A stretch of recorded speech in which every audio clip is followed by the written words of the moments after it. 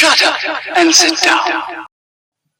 तो चलिए आइए अब हम लोग पढ़ते हैं 18.3 ऑफिसर्स ऑन इलेक्शन ड्यूटी। अब देखिए चुनाव का जो ड्यूटी होता है, ठीक है, इलेक्शन ड्यूटी जो होता है उसमें कौन कौन से ऑफिसर्स होते हैं, किस प्रकार से उनको चुना जाता है, ठीक है। To ensure that elections are held in a free and fair manner, the Election Commission appoints thousands of polling personnel to assist in the election work. इस बात को ध्यान में रखते हुए कि जो चुनाव है, ठीक है, वो आज़ादी से हो, एकदम सही तरीके से हो, इस बात को सुनिश्चित करते हुए जो चुनाव आयोग है वो हज़ारों लोगों को अपॉइंट करती है, नियुक्त करती है पोलिंग के लिए, जो लोग चुनाव करवाते हैं, ताकि वह इलेक्शन का काम करवा सकें। These personnel are drawn amongst magistrate, police officer, civil servant, clerk, typist, school teachers, drivers, peons, etc. अब ये जो लोग होते हैं ये कहाँ से आते हैं? ये मजिस्ट्रेट होते हैं, पुलिस ऑफिसर होते हैं, जो लोग सिविल सर्वेंट हैं वो लोग होते हैं, क्लर्क होते हैं, टाइपिस्ट होते हैं, स्कूल टीचर होते हैं, ड्राइवर होते हैं, पियोन होते हैं। Out of these, there are three main officials who play very important role in the conduct of free and fair election. अब इनमें से तीन ऐसे बहुत महत्वपूर्ण कार्यकारी होते हैं जो कि एक आज़ाद और सही तरीका से जो चुनाव हो उसको करने में उनका महत्व होता है। They are returning officer, presiding officer and polling officer. वो कौन कौन होते हैं? Returning officer, presiding officer, polling officer. अब इसके बारे में हम लोग एक एक करके पढ़ेंगे। 18.3.1 returning officer. In every constituency one officer is designated as returning officer by the commission in consultation with the concerned state government. हर एक चुनावी क्षेत्र में एक ऑफिसर होता है जिसको रिटर्निंग ऑफिसर कहते हैं, जो कि चुनाव आयोग भेजता है ताकि वह राज्य सरकार, स्टेट गवर्नमेंट के साथ मिलकर काम कर सके। However, an officer can be nominated as returning officer for more than one constituency. हालांकि एक ऑफिसर इसको एक से ज़्यादा चुनावी क्षेत्रों के लिए रिटर्निंग ऑफिसर्स नियुक्त किया जा सकता है। All the nomination papers are submitted to the returning officer. अब जितने भी लोग चुनाव में खड़ा होना चाहते हैं वो सारा जो कागज है वो रिटर्निंग ऑफिसर को दिया जाता है। Papers are scrutinised by him or her and if they are in order accepted by him or her. अब जो दस्तावेज, जो कागज दिए जाते हैं उसका जांच पड़ताल रिटर्निंग ऑफिसर करते हैं, और अगर वह कागज सही पाए जाते हैं, सही तरीके से होते हैं, तो वो रिटर्निंग ऑफिसर उसको एक्सेप्ट कर लेता है। Each election symbols are allotted by him or her in accordance with the directions issued by the Election Commission. अब चुनाव आयोग जो निर्देश देता है उसके अनुसार जो चुनाव चिन्ह है वो दिए जाते हैं कैंडिडेट्स को। He or she also accepts withdrawals of the candidate and announces the final list. अब जो रिटर्निंग ऑफिसर है वो फाइनल लिस्ट बताते हैं। उनके पास ये भी अधिकार होता है कि अगर कोई कैंडिडेट अपना नाम पीछे लेना चाहे, नामांकन विड्रॉ करना चाहे, वो पीछे हटना चाहे तो वो कर सकते हैं। He or she supervises all the polling booths. Votes are counted under his or her supervision and final result is announced by him or her.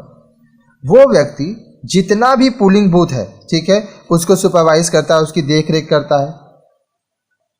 उसके चुनावी क्षेत्र में जो रिटर्निंग ऑफिसर होता है उनके चुनावी क्षेत्र में जितना भी वोट्स काउंट होता है वो उनके सुपरविजन में होता है, और बाद में वो जो निर्णय है वो देते हैं कि कौन जीता, किसको कितना वोट मिला, ठीक है।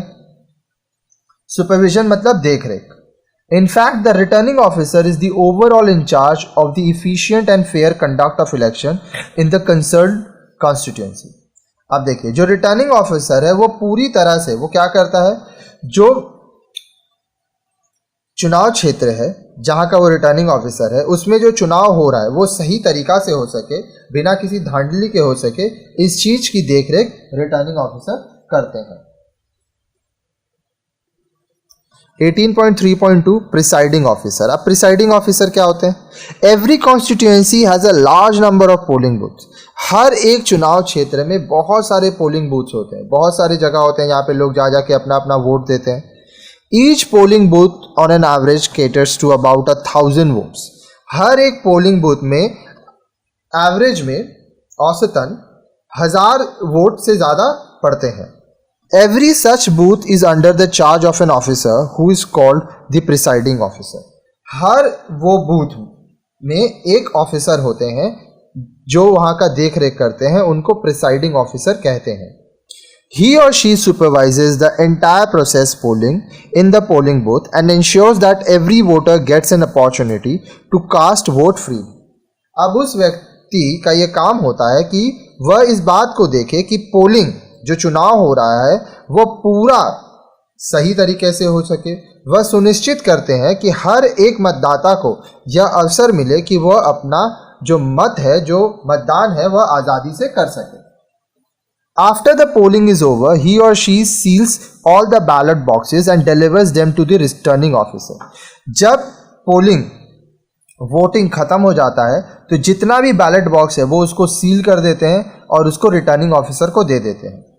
फिर आते हैं 18.3.3 polling officers. Every presiding officer is assisted by 3 to 4 polling officer. जितने भी प्रिसाइडिंग ऑफिसर होते हैं उनकी मदद 3 या से लेकर 4 पोलिंग ऑफिसर्स करते हैं. They check the names of the voters in the electoral rolls, put indelible ink on the finger of the voter, issue ballot papers and ensure that votes are secretly cast by each voter. अब वह ये बात को check करते हैं कि जो व्यक्ति वोट देने आया है, मतदान करने आया है, उसका इलेक्टोरल रोल वोटर लिस्ट में नाम है कि नहीं.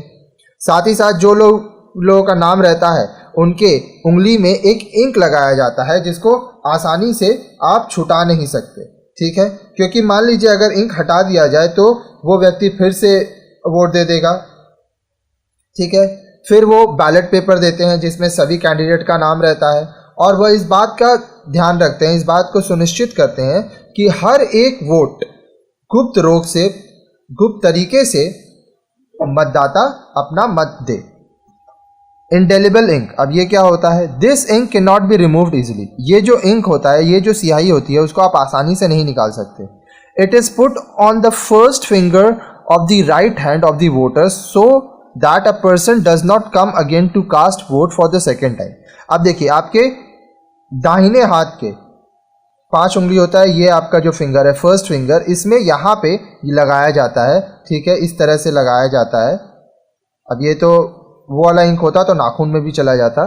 ठीक है, ताकि वो व्यक्ति वापस आके वोट ना दे दे. This is done to avoid impersonation. अब ये इसलिए किया जाता है ताकि इम्पर्सनेशन, जिसका मतलब होता है वेश बदल के, बहुत लोग क्या है वेश बदल के आते हैं काम करने, तो अब आपके उंगली में अगर लगा हुआ इंक तो आप तुरंत छुटा नहीं सकते. ठीक है, तो आप धोखा नहीं दे पाएंगे और जो इलेक्शन है वो सही तरीके से हो पाएगा.